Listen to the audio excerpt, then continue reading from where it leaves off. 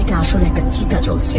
আশেপাশে কেউ নেই, শুধু দাউ দাউ করে আগুন জ্বলছে চিতায়। তবে সবচেয়ে ভয়ের যে ব্যাপার তা হলো তিনি দেখলেন চিতার পাশেই সেই বটগাছ চিতার আগুনের আলোয় যেন ঝলমল করছে। তিনি চিন্তা করতে লাগলেন, তিনি তো দৌড়েছেন উল্টো দিকে, তাহলে এখানে গাছ আসলো কোথা থেকে? যেহেতু তিনি নালা পার করে দৌড়েছেন, তার তো গাছের কাছে আসার কোনো কারণই নেই, নালা পার হবার কথা। কিন্তু তার স্পষ্ট মনে আছে এখন তিনি কোনো নালা পার করেননি। এসব চিন্তা করতেই দেখেন চিতারা থেকে কাঠগুলো আগুন জ্বালা অবস্থায় মাটিতে পড়ে গেল, আর মাঝে থেকে একটা মানুষের অবয়ব তার দিকে দৌড়ে আসতে শুরু করলো। সেই অবয়বের পুরো শরীরে আগুন, সেই গরুটার মতো। তিনি আবার ফসলের মাঠ দিয়ে দৌড়াতে শুরু করে দিলেন। এবার তিনি বেশ জোরেই দৌড়াচ্ছেন, বন্ধুদের ডাক দিতে পারলেন, কিন্তু ফাঁকা মাঠেও তার ডাক যেন প্রতিধ্বনিত হচ্ছে। তার বন্ধুদের কোনো নিশানা পর্যন্ত নাই। ঠিক কত সময় আর কোন দিকে দৌড়াচ্ছেন তার কোনো হিসেব নেই। তিনি যখন থামলেন, দেখেন পেছনে আর কেউ নেই। তিনি দেখেন তার পাশে আবার সেই বট গাছ, আর তার নিচে একটা তেলের প্রদীপ জ্বলছে। এবার তিনি প্রচুর ভয় পাওয়া শুরু করলেন। তার কথায় প্রতিধ্বনিত হচ্ছে, আবার ঘুরে ফিরে সেই গাছের কাছে আসছেন বারবার তিনি। তার বন্ধুদের কোনো খোঁজ খবর নেই কি হচ্ছে তার সাথে।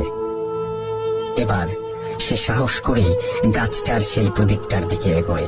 গাছের কাছাকাছি যে তার জন্য চূড়ান্ত ভয় অপেক্ষা করছে এটা তিনি জানতেন না।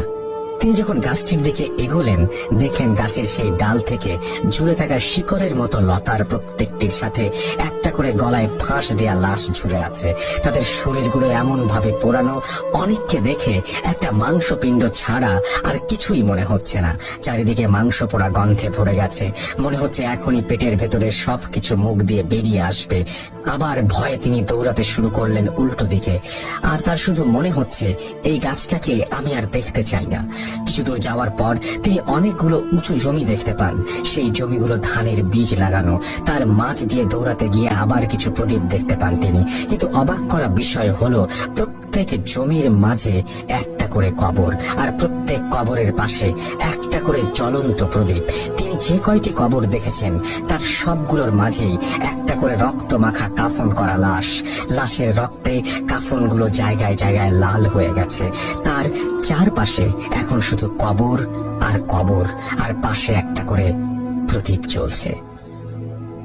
তিনি আবারও দৌড়াতে শুরু করেন আর তার বন্ধুদের ডাকতে শুরু করেন। তিনি কান্না করতে থাকেন আর বারবার বলতে থাকেন, আল্লাহ আমাকে মাফ করে দাও। তার মনে হচ্ছিল এই রাত আর শেষ হবে না। এক অন্ধকারাচ্ছন্নময় কোনো এক জগতের মধ্যে হারিয়ে গেছেন তিনি।